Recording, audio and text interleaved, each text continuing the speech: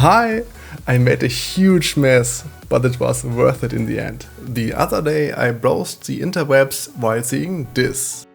What? They just pour paint together and spill it over a canvas and it looks good in the end? You need passion, acrylic paint of course, silicone oil, pouring medium and the willpower to clean it all up after you're done. Also, gloves, a scale and shot glasses.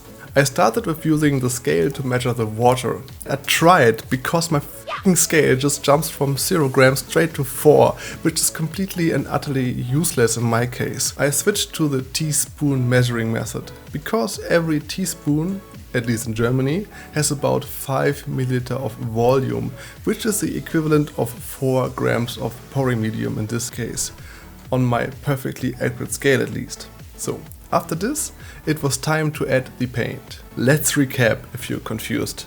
The rule for mixing is 1 part of water, 1 part of pouring medium and 1 part of paint. You have to stir the mixture quite intensively. For this I used a disposable chopstick. Note, the color will be a little bit faded because of the white part of the pouring medium, but this will be a non-issue as soon as the paint has dried out. Next I prepared the silicone oil. The only silicone oil I had available at my flat was the Walter airsoft oil. So I sprayed a bit in a glass and used a pipette to drop just 5 droplets of oil into the colors.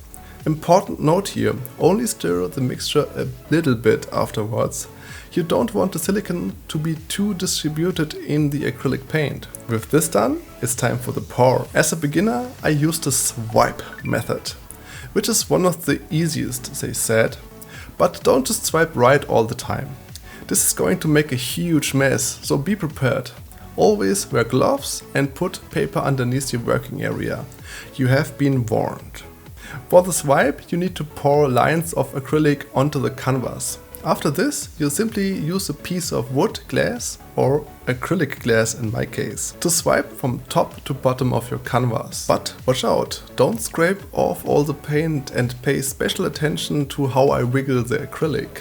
Last but not least, you could use hot air to pop more cells.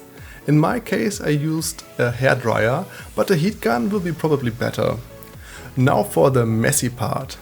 I grabbed the canvas and tilted it slightly so that the liquid acrylic can flow over the canvas and create this awesome effect, which I absolutely love. When you're satisfied with the result, you can place down the canvas. I would recommend some wooden sticks because it will glue to everything you put it on. You can touch up the edges when they have missing paint with some paint that's stripped down to the cover paper. Then it's time to admire your result. The circular shaped thingies are called cells. The number and the size of the cells are influenced by the silicone oil. The more oil you use, the more cells you will get. The more you stir the mixture of acrylic paint after you dripped in the silicone oil, the smaller the cells will be. I really love the outcome of this pour, but please share your thoughts in the comments. I recommend covering the canvas with a cardboard box to prevent any dust from settling on top of the surface. My canvas needed to dry for 2 days straight, but it can be up to 4 days, depending on the thickness of the paint layer, so be prepared. To remove the residue of the silicone oil, I simply used the cleaning cloth with alcohol to wipe it down. And this is the final result of my first pour using the swipe method. Next, I used the cup method. For this, I chose 4 different colors and mixed them in the same 1:1:1 ratio and added 5 drops of silicone oil in the end.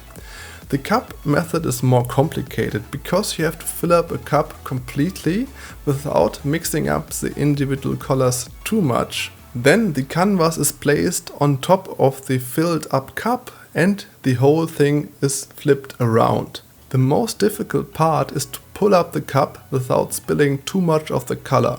After this, it's basically the same as with the swipe method, meaning we tilted the canvas to spread the acrylic paint all over it. And yes, you can use hot air to get more cells, which we did of course. Again, after 2 days of drying, I wiped away all the leftover silicone oil and used a special acrylic varnish. I spread it all over the canvas to protect the paint from UV radiation and degradation. This step is optional, but I highly recommend it. Some of you may be asking yourselves right now, well, how does it look if you wouldn't use silicone oil? This is why I made a third pour with the 1-to-1 pattern, but without silicone oil. For this I used the cup method again, but with white as the base color this time around. And the result was quite different, but see yourself. Again, after 2 days of drying, this was the final result. Quite mesmerizing, I think. So, this was my first project without any LEDs. So, what do you guys think? Please tell me down in the comments. With that being said, I hope you enjoyed the video and maybe learned something new along the way. Don't forget to like and share this video with your friends, this helps a lot. Last but not least, a little spoiler for my next project. I will combine acrylic pouring with LEDs. So stay tuned and hit that subscribe button and you will see me in the next one.